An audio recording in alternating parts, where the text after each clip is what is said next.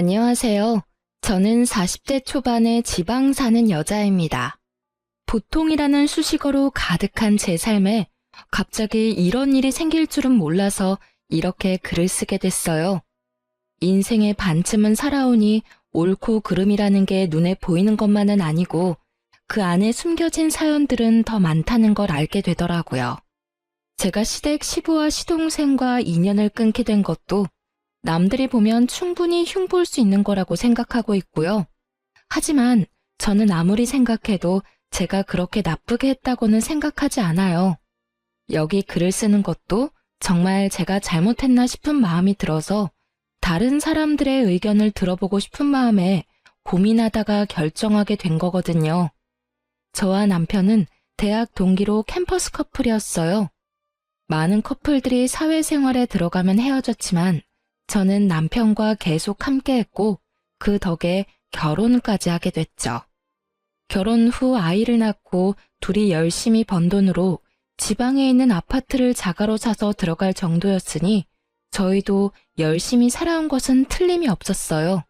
결혼 때 친정은 기댈 수도 없을 정도로 힘든 상태였고 시댁도 시모 혼자 돈을 벌어서 사느라 지원을 받을 수도 없는 상황이었어요. 시모는 워낙 꼼꼼하고 차분한 분이라 젊을 적부터 한 푼 한 푼 열심히 모아 겨우 마련한 아파트를 한 채 가지고 계셨어요. 처음에는 시모와 제가 잘 맞지 않다고 생각했거든요. 제 성격이 워낙 예민해서 특히 애 키울 때는 시모의 행동들이 하나부터 열까지 거슬렸었죠. 하지만 시모는 그런 저의 예의 없는 행동에도 참아가며 긴 시간을 기다려주고 저를 설득해 주셨어요. 그런 부분에서 제가 얼마나 많은 위안과 감사를 느꼈는지 결국 애를 키우면서 저와 시모 사이는 엄청 돈독해졌어요. 함께 전쟁을 치르는 전우 같은 느낌으로요. 친정엄마보다 시모를 더 잘 챙길 정도였죠. 시모가 이 정도니 고부 갈등은 없겠다 싶으시죠? 그런데 그렇지만도 않더라고요. 나머지 시부와 시동생이 참으로 골칫덩어리들이었어요. 시부는 쓸데없이 가부장적인 분이시라 저와 시모를 여자라는 이유로 무시하고 막 부려먹기 일쑤였어요. 돈 한 푼 벌어다 주지도 않고 시모가 벌어온 돈으로 생활하는 주제에 말이죠. 게다가 시동생은 생긴 것만 번지르르 하지 실속 없고 허풍도 심하고 겉멋이 많이 들어 누가 봐도 겉만 그럴싸한 남자였죠. 아니 그냥 이 정도라면 차라리 밉지는 않을 텐데 시동생은 매번 시모가 벌어오는 돈 족족 손이나 벌리는 참으로 쓸모없는 사람이었어요. 이 상황을 아는 저와 남편은 어찌 보면 필연적으로 시모를 고생시키는 두 사람에 대해 안 좋은 감정을 지닐 수밖에 없었죠. 솔직히 시모가 없었다면 시댁에 들릴 필요도 없었을 거예요. 제가 시부와 시동생에게 철저하게 실망하게 된 건 남편과 결혼한 지 8년이 넘어갈 때쯤이었어요. 그 해에는 남편과는 나이 차이가 많이 나는 시동생이 결혼을 이야기를 꺼냈죠. 시동생은 당시 번듯한 직업이 없었고 근무한 횟수가 꽤 되는데도 돈 한 푼 없이 결혼을 하게 된 상황이었어요. 솔직히 결혼이라는 걸 해보신 분들은 다들 아시겠지만 하나부터 열까지 다 돈이잖아요. 저는 친정이 그리 잘 살지 못해서 그렇게 할 엄두도 못 냈지만 남편은 워낙 태생이 단단한 사람이거든요. 그런 사람 있잖아요. 주머니에 돈 들어가면 잘 안 나오는 사람. 그렇다고 구두쇠는 아니고 정말로 필요할 때는 돈을 쓰는 그런 사람이었어요. 당시 친정아버지가 아프셔서 집안이 휘청했는데 그때 도와준 게 남편이었어요. 그리고 결혼식은 간소하게 하자고 했었고 저는 너무나도 고마운 마음으로 그렇게 하기로 했었죠. 어쨌든 이런 남편과는 전혀 다른 게 시동생이었거든요. 헐렁하고 경제관념도 그닥 없는 데다가 보여주기식 소비를 무척 좋아하는 사람이었거든요. 그런 사람이 결혼을 하겠다고 하니 처음에는 저와 남편이 말렸어요. 나이가 많은 것도 아닌데 왜 빨리 결혼할 거냐고요. 그런데 상대방 여자 쪽이 이미 임신을 한 상태라 마냥 기다리라고 할 수도 없는 노릇이었어요. 결국 시동생의 결혼 비용은 결국 시모의 통장에서 모두 다 나가게 되었어요. 전세 비용 보태달라는 게 5천만 원에 결혼식에 필요한 대부분의 돈을 시모에게서 마련했어요. 거기에다 더 열받는 건 시동생 와이프 될 사람이었어요. 서로 주고받기 없기로 하자고 이미 이야기가 끝났는데도 비싼 명품백과 다이아 반지 귀걸이 세트를 가지고 싶다고 시모에게 직접적으로 말했다고 하더라고요. 결국 그 돈까지 마련하느라 시모는 여기저기 일을 많이 다녔어요. 방판에 식당 일에 시간 날 때는 배달 일까지 진짜 온갖 일을 다 하셨거든요. 자식이 웬수라고 결국 참다 못한 저는 총대를 메고 시동생을 불렀죠. 도련님, 결혼하는 건 어쩔 수 없는데요. 좀 약소하게 치를 생각은 없어요? 저러다 어머님 힘들어서 쓰러지면 어쩌려고 그래요. 형수가 뭔데 우리 집 일에 나서요. 우리 엄마고 엄마가 자식 결혼할 때 돈 대주는 건 당연한 거 아니에요? 그 정도도 못 해주면 그게 부모냐고요. 자식 결혼할 때 왜 돈 대주는 게 당연해요? 형은 결혼할 때 어머님한테 돈 한 푼 빌린 적 없거든요. 그리고 도련님 눈에는 제가 남처럼 보여요? 당연하죠. 형이랑 결혼했다고 제 누나가 되는 건 아니잖아요. 솔직히 가족처럼 굴면서 이렇게 선 넘는 것도 진짜 불쾌하거든요. 나 참 자기가 뭐라도 되는 것 마냥 나서기는 왜 나서? 형수가 나한테 돈 줄 거 아니면 신경 쓰지 마세요.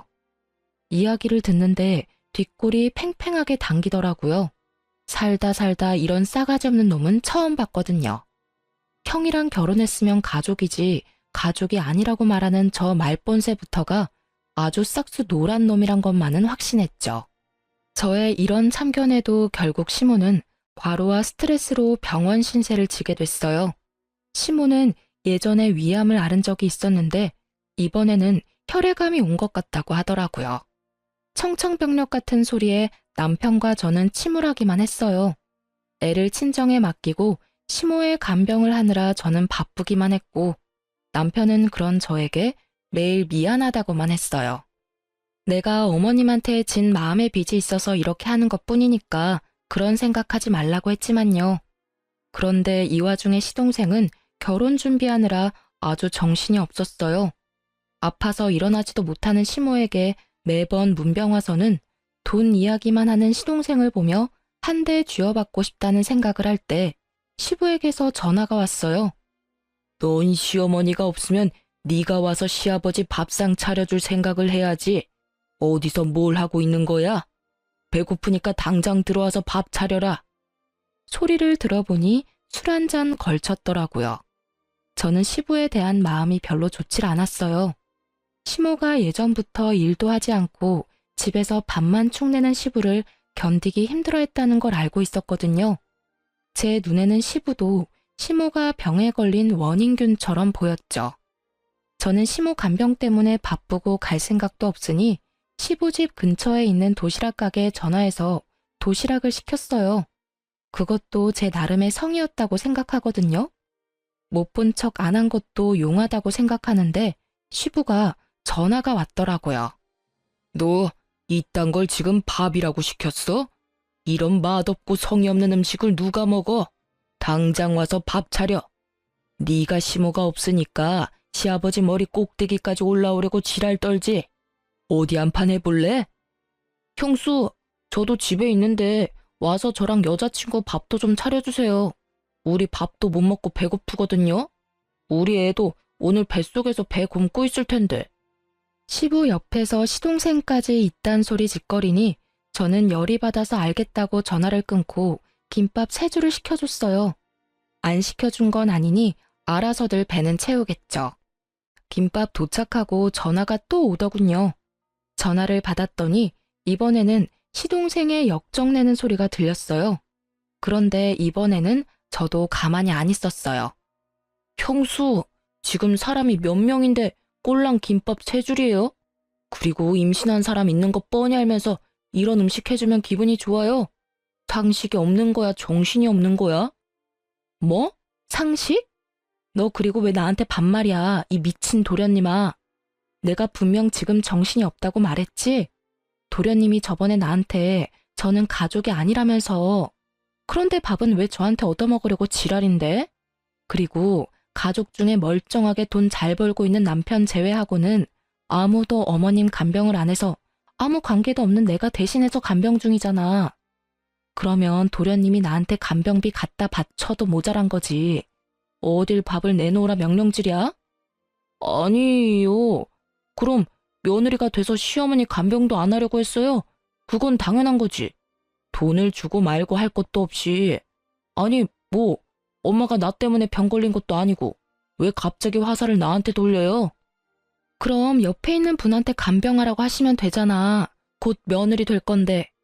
다이아 반지 세트랑 명품 가방까지 받았으면 할 도리는 다 하고 보내드려야 맞지 않나? 그리고 도련님, 네가 지금 돈 한 푼 없이 장가간다고 해서 어머님이 그 돈 마련하느라 과로해서 지금 암 재발한 거라고 난 생각하거든요. 도련님이 인간으로 태어났으면 어머님한테 이러면 안 되지. 그걸 왜 저한테 화내냐고요. 밥 한번 해달라고 했다고 완전 사람 쓰레기로 몰아버리네. 됐어요. 밥 해주기 싫으면 해주지 마요. 우리가 돈이 없는 것도 아니고. 결국 저의 지랄 같은 말에 시동생은 전화를 끊더군요. 그리고는 형한테 전화를 했었나 봐요. 물론 형님한테 한 번 더 혼났지만요. 병원에 온 남편이 이야기하더라고요. 미친놈이 너 어머니 간병하는 거 뻔히 알고도 집에 밥하러 오라고 했다는데 그게 정말이냐고요. 그래서 시부랑 쌍으로 그 지랄했다고 했더니 욕을 한 사발 더 해줄 걸 그랬다고 하더라고요. 그러면서 여전히 상태가 위중한 시모의 모습에 남편은 눈물만 흘렸죠. 그리고 그날 이후 한 달도 지나지 않아 시모가 돌아가셨어요. 그런데 시모 사망일에 더 빡친 일이 있었어요. 시동생이 저에게 슬쩍 오더니 말하더라고요. 형수, 엄마 재산 나누는 거에 대해서 형이랑 이야기 좀 했어요? 형 성격 뻔히. 아니, 저한테 와서 돈 이야기 묻는 거 보면 이 싹수노란 인간 말종이 사람처럼 안 보입디다. 어머니 돌아가신 지 몇 시간이나 됐다고 돈 이야기를 꺼내요. 도련님이 돈이 급한 건 알겠는데 돌아가신 어머님 등골까지 빼먹으려고 하는 그 행동이 진짜 인간이 할 수 있는 행동이에요? 열받은 제가 시동생에게 소리치자 시동생은 도리어 저에게 한 소리 퍼부으려고 얼굴을 귀신같이 일그러뜨리더라고요. 저도 지지는 않을 생각으로 눈 부릅뜨고 있었는데 결국은 주위에서 시동생을 보며 수군거리자 입을 꽉 닫더군요. 그 길로 시모 보내는 길 내내 썩은 표정 지어서 저는 또 열이 받았어요. 가는 길도 불편하게 만들어 제 마음까지 아팠으니까요. 이 일을 계기로 저는 저 인간들과 상종도 하지 말아야지 생각했어요. 물론 지켜지지 못했지만요. 저는 시모가 돌아가시면 재산 정리가 깨끗하게 될 거라고 생각했어요. 유산이라고 해봐야 아파트와 통장, 보험금 뿐이었으니까요. 그런데 그게 생각 외로 복잡하게 돌아가는 일이 생겼어요. 시모 명의로 된 아파트에 담보대출이 설정되어 있더라고요. 일단 아파트가 남편 앞으로 상속은 되는데 온전히 아파트로 받으려면 그 돈을 갚아야 하더라고요. 그 돈을 못 갚으면 아파트를 팔아서 그 대출금을 마련해야 하는 거고요. 아파트는 6억이 좀 안 되는데 대출은 2억 7천 정도였어요. 거의 반값이었죠. 남편과 저는 시모가 이 큰 돈을 어디에 썼나 싶더라고요. 그 와중에 시동생은 아파트 빨리 팔고 자기 몫으로 반을 달라고 아우성이었고요. 남편은 일단 그 내역이 뭔지 모르고 시모가 급히 돈이 필요해졌었을 거라고 잠정적으로 생각하고 시동생에게 딱 절반씩 나누자고 했죠. 그런데 그때 시부가 굉장히 뺀질거리면서 나서더라고요. 나도 오랫동안 같이 살았으니 그 돈에 권리가 있는 거 아니냐? 젊은 것들이 뻔뻔하게 어른을 빼놓고 이야기하는 건 좀 아니지. 재산은 나 포함해서 셋이서 나눠야지. 시부의 그 말에 남편이 코웃음 치며 말하더라고요. 진짜 남편도 아니면서 무슨 권리로 그런 이야기를 합니까? 어머니랑 아저씨가 조금이라도 금슬 좋은 부부처럼 살았다면 제가 아저씨한테 하나라도 더 챙겨드렸을지도 모르죠. 그런데 우리 어머니한테 어떻게 하셨는지 기억 안 나세요? 일은 하나도 안 하면서 집에서 삼시세끼 밥 꼬박꼬박 얻어드셨죠? 그러면서 엄마 아플 때 병원 한 번 데려가 주지도 않고 그게 무슨 남편이냐고요. 실은 저도 늦게 알게 됐는데 시모와 시부는 사실혼 관계라고 하더라고요. 시부는 처음에 혼인신고를 하지 말자고 했고 시모는 마음이 상해서 결국 그 뒤에 시부가 혼인신고하라는 말을 그냥 무시하고 혼인신고를 하지 않았다고 하더라고요.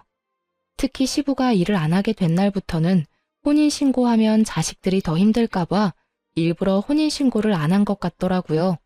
그러니 시부는 법적 상속인이 아니게 된 거죠. 말 한 번 섭섭하게 하네. 나도 너희 엄마 걱정했어. 그 사람도 없는데 돈까지 없으면 지금 당장 길거리에 나 앉으라는 말이냐? 그런 법도가 어디 있어? 사실혼 관계도 혼인 관계지. 걱정하셨겠지. 우리 엄마 없으면 이제 밥 차려줄 사람 없을 거고 이제는 그 이후로 우리 와이프 불러다가 밥 차리라 할 거 아니냐고. 저번에 어머니 아플 때도 어머니 병간호하는 와이프 불러다가 밥 차리라고 했잖아요. 내가 어이가 없어서 그 이야기 듣고 진짜 다 때려 엎으려다 참았어요. 엄마 아직 살아계셨을 때니까. 경고하는데 앞으로 재산 이야기에 나대지 마세요. 어떻게 할지는 제가 결정합니다, 아저씨. 결국 시부는 남편 말에 열받았지만 대꾸는 못했죠. 자기도 이리저리 찾아봤을 거예요. 사실혼 관계라는 것만으로는 아무것도 받을 수 있는 게 없다는 걸 알았겠죠. 시부는 남편과 대화가 통하지 않으니 시동생을 이용하려 하더군요. 며칠 뒤 부동산에서 연락이 왔어요.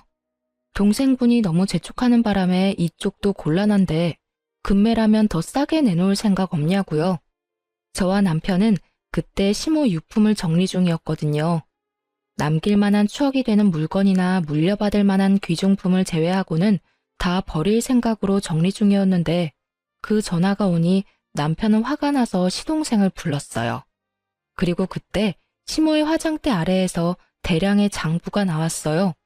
그걸 확인하니 시모가 써둔 가계부였어요. 그 꼼꼼한 성격만큼 10원짜리 하나까지 내역이 싹 다 적혀 있더라고요. 그리고 그걸 보다가 아파트 담보대출이 왜 생긴 건지를 알았어요. 시모가 둘째에게 대출해주고 차용증 받아놓은 게 있더라고요. 결국 남편 극대노해서 시동생 오자마자 난리쳤어요. 야, 너 이거 뭐야? 엄마 장부에 너한테 돈 빌려준 거 적혀 있던데 엄마가 너한테 돈 빌려준 거 왜 이야기 안 했어? 너 우리가 이거 못 찾았으면 돈 받을 때까지 거짓말할 작정이었어? 형, 봤어? 설마 내가 말 안 했겠어? 나도 오늘 할까 내일 할까 생각하고 있었어. 뭐 형이 먼저 알게 됐으니까 말할 것도 줄었네. 돈이 좀 필요했는데 아버지가 아파트 담보대출 받으면 된다고 가르쳐줘서 엄마한테 부탁했지. 그 이야기를 듣는 동안 남편의 흥분한 얼굴이 냉정하게 가라앉는 걸 봤어요. 아, 정말 화가 엄청 났구나 싶었죠. 그래서 제가 물었죠. 그러면 도련님, 그 대출금은 어디에 쓰신 거예요? 개인이 빌리기에는 큰 돈이고 그렇다고 도련님이 집을 가지고 계신 것도 아니고. 전세금마저 시모에게 빌릴 정도면 집이 없다는 생각이 들어서 물어봤는데 돌아오는 대답에 저와 남편은 벙쪘어요. 아, 그거요? 재개발되는 곳 있는데 거기 건물이 5억짜리거든요? 근데 재개발되면 금액이 엄청 뛸 거잖아요. 그거 생각하고 빌린 거고 아직 잘 갖고 있어요.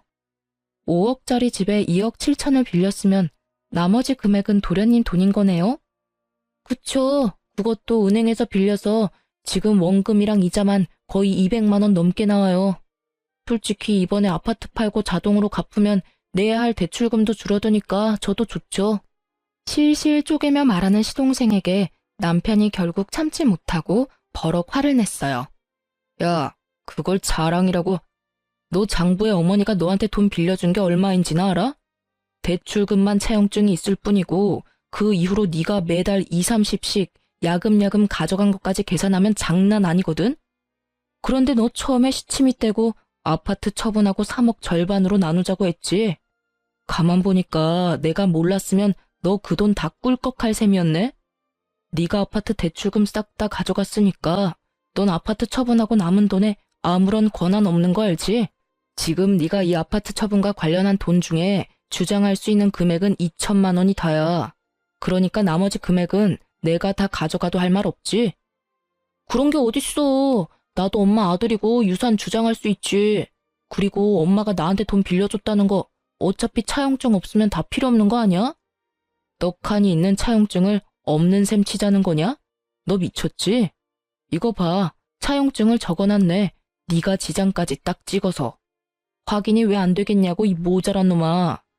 아이고 저것도 아들이라고 큰 돈 빌려주고 죽기 직전까지 일하러 다닌 어머니 생각하면 너한테 돈 한 푼도 주기 싫으니까 앞으로 내 앞에서 유산 이야기 꺼내지도 마. 내가 법적으로 정확하게 반으로 나눠서 줄 거니까. 이악 물고 말하는 남편에게 시동생도 누나를 부라리더라고요. 형이 무슨 자격으로 그딴 말하는데? 나도 엄마 아들이라고. 엄마가 나 얼마나 아꼈는지 몰라서 그래? 그래, 많이 아끼셨지. 막내라고 아주 오냐오냐 했더니 네가 이렇게 미친놈처럼 위아래도 모르고 똥인지 된장인지도 찍어 먹지 않으면 모를 놈으로 자랐지. 네가 언제부터 엄마 그렇게 생각했어? 여자 임신시켜가지고 결혼하는 주제에 엄마한테 전세금이며 예물비며 싹 다 받아가고는 아픈 엄마 병원에 있는 동안에도 병간 후 우리 와이프한테 다 맡겨놓고 여친이랑 룰루랄라 잘 놀았더라. 아, 그러고 보니 전세금도 있네? 엄마가 전세금 빌려주기로 했다면서? 2천만 원 가져가고 나머지 3천만 원은 나한테 빌릴래? 나는 엄마랑 다르게 이자 꼬박꼬박 받을 건데 괜찮으면 그렇게 하고. 예물비는 네가 알아서 마련해. 대출금도 반으로 줄 텐데 알아서 잘할 수 있겠지. 너 앞으로 돈 이야기 내 앞에서 하면 진짜 호적 파버릴 거야. 그리고 이 집 팔리면 바로 짐 뺄 수 있도록 짐 챙겨놔. 결국 저희는 시모 물건을 챙겨 집으로 돌아왔어요. 집으로 돌아오는 차 안에서 남편이 그러더군요. 슬퍼해도 모자랄 시간에 저런 것들 상대하고 있으니 지금 자기가 뭐 하는 건지 모르겠다고요. 엄마 가는 길에 자식들끼리 싸우는 모습 보이기 싫은데 진짜 생각 없이 사는 저 사람들 때문에 죽겠다고 말이죠. 결국 남편은 결정했어요. 집안의 돈 정리, 관계 정리 싹 다 깨끗하게 해버리기로요. 그렇게 시모 사후에 남편은 법적으로 아무런 문제 없도록 하나부터 열까지 정리하기 시작했어요. 시모 앞으로 된 재산은 아파트와 생명보험금이 2억 정도 있더군요. 보험금이 있다는 걸 알게 된 시동생은 또 급하게 찾아와 남편에게 말하더라고요. 엄마 생명보험금은 나한테도 받을 자격 있잖아. 반은 줘야지. 나 요새 돈 없어서 힘들다고. 너 아파트 대출금 없어져서 이제 좀 살만하지 않냐? 그거만 없어도 대출금 절반으로 줄어들 텐데 왜 그렇게 앓는 소리야? 대출금 줄어든 대신에 전세금이랑 예물비 때문에 또 돈 빌렸어. 자기가 쪼들리니 계속 재촉하더라고요. 남편이 계속 재촉하니 어쩔 수 없이 보험을 확인했죠. 그런데 시모가 죽기 직전에 생명보험금 수익자를 법정 상속인에서 제 이름으로 바꿔놨더라고요. 저도 제 이름이 나오니 뜬금없이 깜짝 놀랐죠. 뭐가 잘못된 것 같아서 수익자가 언제 누구에 의해 변경되었는지 확인해봤거든요. 바로 시모가 본인 담당하는 보험 설계사를 직접 만나서 변경했다고 하더라고요. 어찌됐든 보험금 2억 원이 제 손에 들어오게 됐어요. 그 이야기를 들은 시동생이 완전 발광하더라고요. 이게 뭐예요? 왜 우리 엄마가 생판 남인 형수한테 보험금을 남기냐고요? 뭐 잘못된 거 아니에요? 아들이 둘이나 있는데 굳이 며느리로 할 필요도 없었잖아요. 이거 혹시 형수가 엄마 꼬셔서 수익자 변경한 거 아니냐고요? 엄마 옆에서 알랑방구 떨면서 들러붙어 있을 때부터 알아봤어야 하는데 너, 네 형수한테 그게 무슨 말버릇이야? 어머니 보험 설계사가 네가 돈을 마구잡이로 쓰는 바람에 어머니가 직접 수익자 변경했다더라. 네가 그렇게 못 믿겠으면 내가 보험 설계사한테 전화해서 왜 수익자가 변경됐는지 물어보자. 남편은 바로 보험 설계사에게 전화했어요. 네, 안녕하세요. 수익자 변경한 것 때문에 제 동생이 의문점이 있다고 해서 연락드렸어요. 혹시 수익자 변경을 왜 했는지 지금 말씀 좀 해주시겠어요? 아, 네네.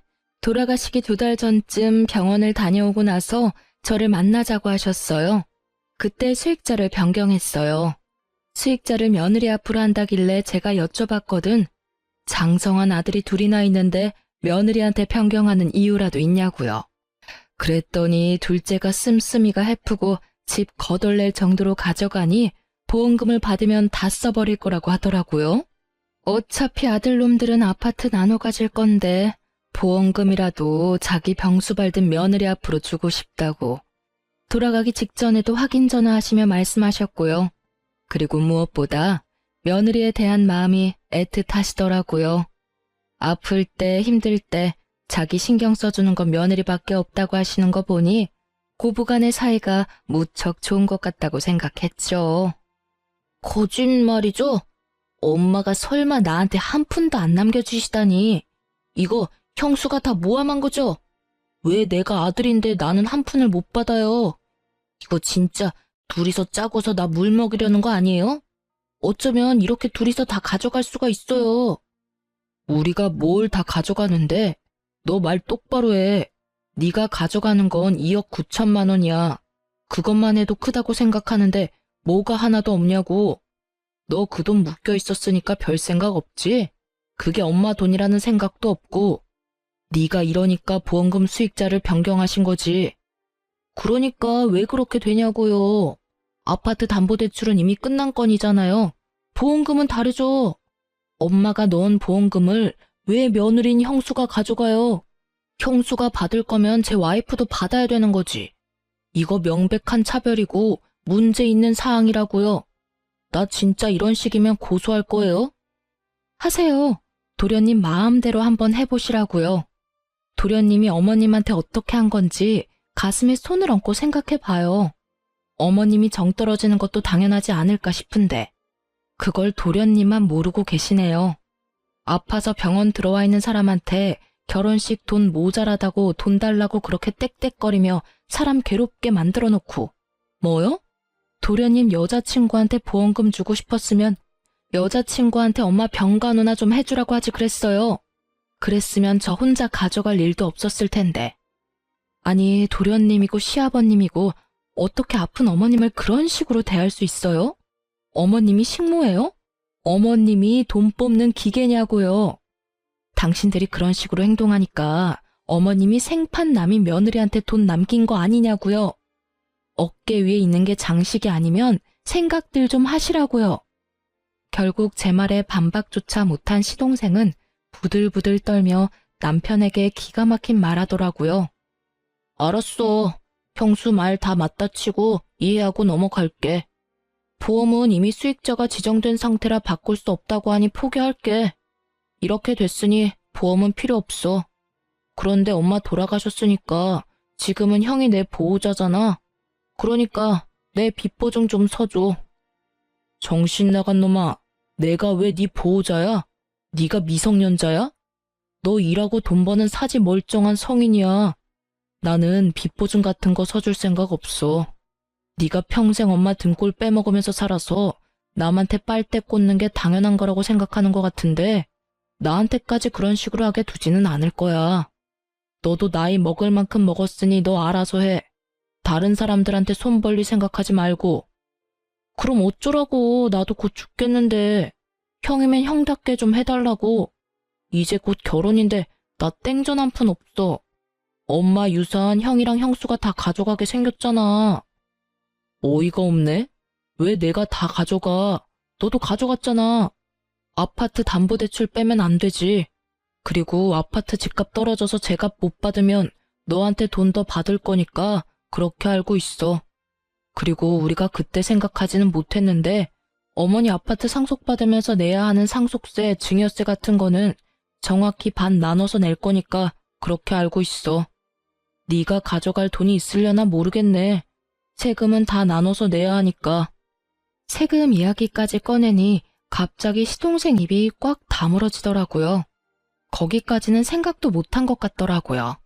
그저 자시 앞일에만 급급해가지고 어떻게든 시모의 유산을 가지고 가려던 것 같았는데 제대로 되지 않아 짜증을 냈어요. 솔직히 이쪽도 이쪽대로 화는 났죠. 어디 형한테 빚보증을 서달라는 말을 해요? 남편 같은 사람에게 그런 말은 인연 끊자고 하는 말과 다를 바가 없거든요. 결국 시동생에게는 따로 주어질 유산이 더는 없었어요. 그렇게 남편은 집 팔리기 전에 짐이나 싸서 신혼집으로 가라고 했죠. 신혼집이 제대로 계약이 됐는지는 모르겠지만요. 그리고 이 모든 이야기를 곁에서 보고 듣던 시부는 남편 말에 고개만 끄덕이고 있더라고요. 평소 같으면 소리를 치며 아버지 행세했을 사람이 웬일로 조용한 듯 있나 싶었더니 이미 집안의 실질적인 상속권자가 남편이라는 걸 알고 나서는 눈치를 보는 것 같더라고요. 혼인신고가 되어 있지 않은 사실혼 관계라면 집안에 상속받은 자식들이 정을 봐서라도 돈을 조금이라도 해주면 다행인 거고 안 해줘도 법적으로 문제될 건 없는 상황이었거든요. 그러면 나는 이제 어디서 살아야 하냐? 너희 집에 들어가서 사는 건 안 되겠지? 그럼 너희가 돈을 조금이라도 나눠주면 내가 집 하나 얻어서 조용히 살아도 되는데 말이다. 네 엄마랑 오래 산 것도 있고 그간의 정이 있으니 나한테도 어느 정도는 줘야 되지 않겠냐? 저번에도 말했지만 아저씨가 엄마랑 살면서 뭘 해주셨는데요? 저는 처음부터 엄마랑 아저씨 같이 사는 거 반대였어요. 그리고 아저씨가 엄마랑 같이 살자마자 일 그만뒀을 때는 진짜 엄마만 아니면 쫓아내고 싶었고요. 이야기해 보세요. 엄마랑 살면서 엄마한테 잘해준 거 하나라도 있으세요? 엄마가 해주는 따뜻한 밥 얻어먹으면서 잘 살았으니 앞으로는 알아서 돈 벌어서 사세요. 남한테 빌붙어서 살아보려는 생각은 하지 마시고요. 그래도 내가 너희 엄마랑 이렇게 길게 살았는데 아무것도 없이 나가면 사람들이 너를 얼마나 모질다고 욕하겠냐. 그런 소리는 안 듣도록 해야지. 저 그런 거 신경 안 쓰는 놈이거든요. 그래도 어머니랑 산 정을 봐서라도 제가 지분해드릴게요. 전세 하나 얻어드릴 건데 그 전세 계약자는 제 이름으로 할 거예요. 딱 거기까지만 해줄 거고 원룸으로 얻어줄 겁니다. 거기에 나오는 공과금은 다 아저씨가 내시고 저한테 연락 오는 순간 계약 해지하거나 종료시켜버릴 거니까 알아서 잘 내세요. 제 입장에서도 많이 양보한 거라고 생각한 건데 이것도 싫으시면 그냥 관두셔도 됩니다. 그 말에 시부가 괜히 궁시렁대더라고요. 아니, 그래도 사람 살 수 있을 정도로는 해줘야지. 그리고 너무 그렇게 빡빡하게 굴면. 싫으시면 지금 이야기하세요. 저는 어차피 아저씨도 사람들 눈도 신경 안 쓴다니까요. 그럼 하지 말까요? 아니야. 그것도 감사하게 받아야지. 그런데 나가는데 뭐 이삽이라도 좀 줘야지. 그 말에 남편이 열받아서 시부에게 소리치더라고요. 그 시간에 나가서 일자리나 알아보시라고요. 15년을 남한테 얻어먹고 사니까 이제는 아예 일도 하기 싫으세요? 아니면 이삽이 줄 테니까 집도 없던 일로 하실래요? 결국 시부는 깨갱하고는 남편에게 아무 말도 못하더라고요. 그렇게 가부장적으로 굴며 자기가 윗사람이라며 거들먹거리던 시부는 낙동강 오리알 신세가 되고 말았죠. 솔직히 이렇게 될 줄 알았어요. 처음부터 시모에게 잘해주었다면 남편은 분명히 시부를 극진히 대접해줬을 겁니다. 돈이 아무리 들어도 사이좋은 부부처럼 보이기만 했더라면 술 먹고 매번 행패 부리고 시모를 식모처럼 부리지 않았더라면 최소한의 생계는 유지할 수 있도록 해줬겠죠. 본인 인생 지옥길에 들어선 줄도 모르고 시모 돌아가실 때까지 잘난 척 거들먹거리며 행패 부리던 시부는 결국 이렇게 인생 말년에 혼자 호래비 신세를 면치 못하게 됐어요. 게다가 그렇게 사이가 좋던 시동생도 시부를 못 본 척하는 바람에 시부는 더 괴로워하는 것 같더라고요.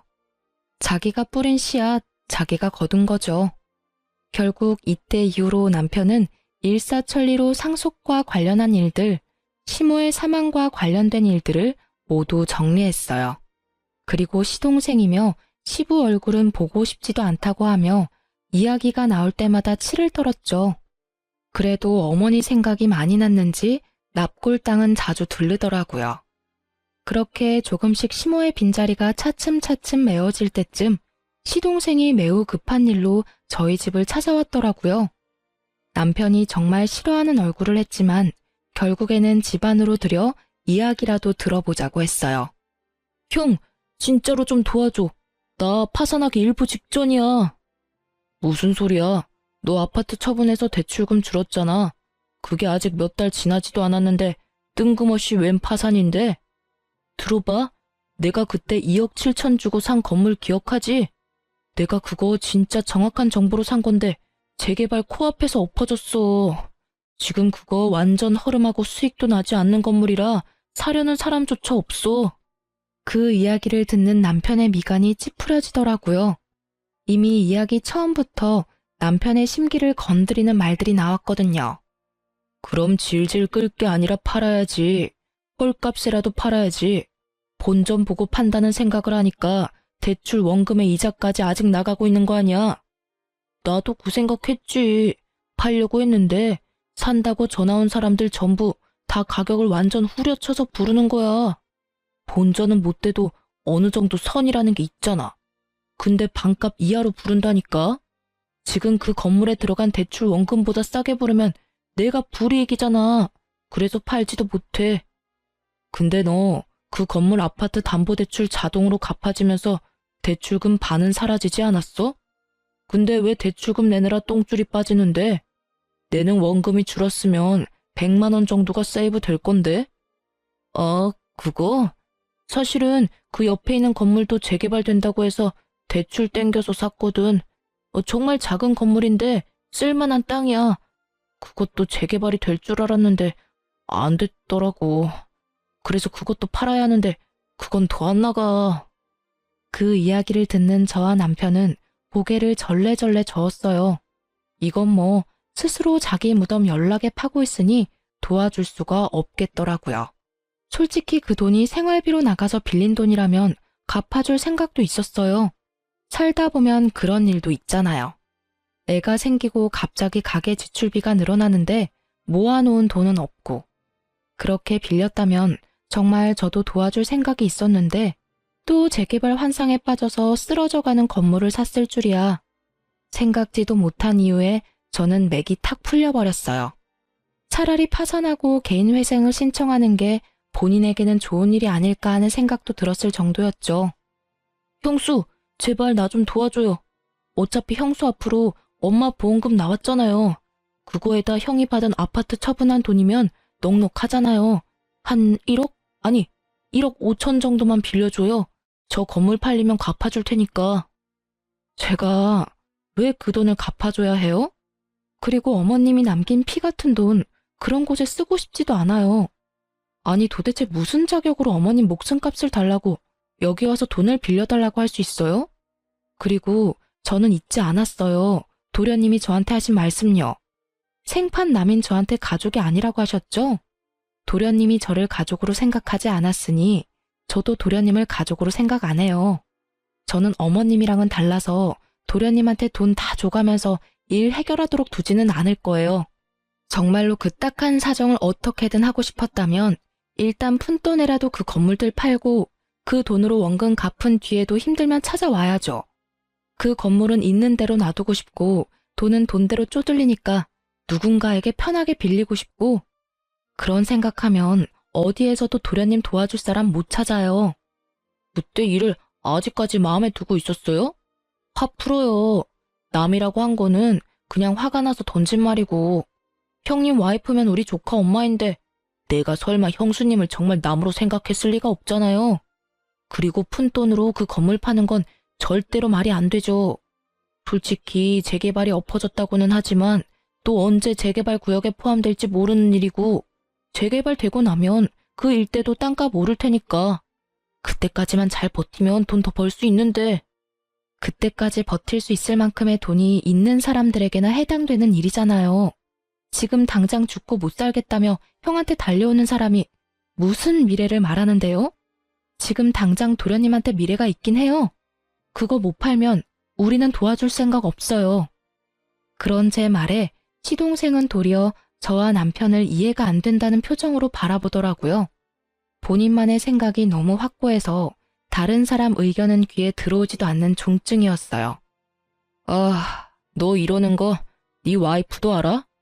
애도 곧 있으면 태어난다고 하지 않았어? 예정일이 다음 달인가 그랬던 것 같은데. 와이프는 얼마 전에 집 나갔어.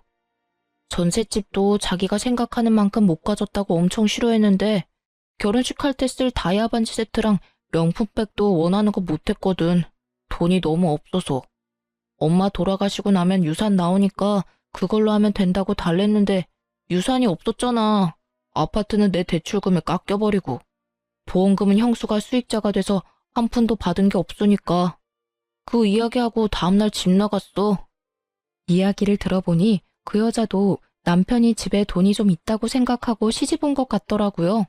그런데 알고 보니 완전 빈털터리에 빚만 가득하다는 걸 알고는 빚이 자기한테 넘어오기 전에 튄 걸로 보이더라고요. 솔직히 여자가 야가 빠졌다는 생각을 하기는 했는데 시동생 꼴이 저 모양이니까요. 저런 남자와 결혼하면 평생이 가시밭길 아니겠어요? 그런 여자의 선택을 야속하다 할 수도 없는 노릇이죠. 그런데 그 여자가 참으로 약삭빠르게 결혼식을 하면서 비걱거리니까 혼인신고를 안 했대요. 시동생이 무슨 사고를 쳐도 그 여자에게는 아무런 문제도 없겠죠. 참 장가 잘 갔다는 생각을 했어요. 우리는 알려주지 못하는 인생의 쓴맛을 그 여자가 알게 해주었으니 말이죠. 큰 인생 경험을 한 시동생이었지만 결국 그런 큰일에도 크게 변함은 없었습니다. 그리고 시동생의 이야기를 들은 저희는 시동생을 도와주지 않았어요. 우리가 도와주지 않더라도 그 건물들을 처분하면 살 길이 나오니까요. 그런데 결국에는 시동생이 그 돈을 다 못 갚아서 전부 경매로 넘어갔고 결국 파산 신청에 들어갔다고 하더라고요. 나중에 알고 보니 전세금의 카드빚까지 상당했다고 하더라고요. 그 카드빚은 거의 대부분이 그 여자에게 쓴 것들이었고요. 그런 시동생이 집까지 잃고 간 곳이 어디인지 아세요? 바로 남편 명의로 남편이 계약해준 시부의 전셋집이었답니다. 집주인이 연락 왔었거든요. 계약했을 때는 한 사람이었는데 왜 두 사람이 사냐고 말이죠. 남편은 그분 아들이니 크게 걱정 안 해도 되고 문제가 생기면 연락만 달라고 했죠. 남편이 신경 쓰여 하길래 제가 근처 한번 가서 확인해 봤거든요. 두 사람이 어떻게 지내는지.